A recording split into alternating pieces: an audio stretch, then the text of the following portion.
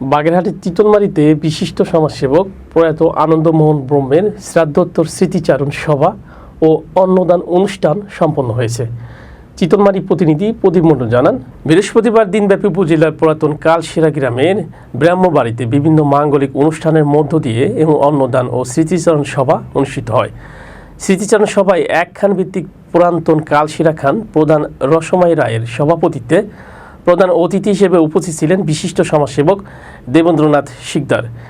স্মৃতিচারণ অনুষ্ঠানে সম্মানিত অতিথি হিসেবে উপস্থিত ছিলেন চিতলমারী উপজেলা পরিষদ চেয়ারম্যান অশোক কুমার বড়াল, উপজেলা আওয়ামী লীগের সভাপতি বাবুল হোসেন খান, সহসভাপতি শহীদুল হক মুন্সি।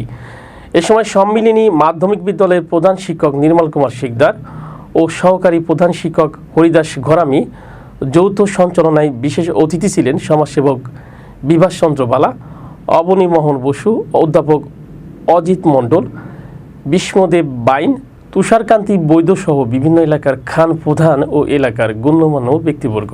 স্মরণ সভা শেষে অতিথিদের উত্তরীয় প্রদান করেন প্রয়াত আনন্দমোহন ব্রহ্মের পুত্র অসীম কুমার ব্রহ্ম সহ পরিবারের সদস্যরা।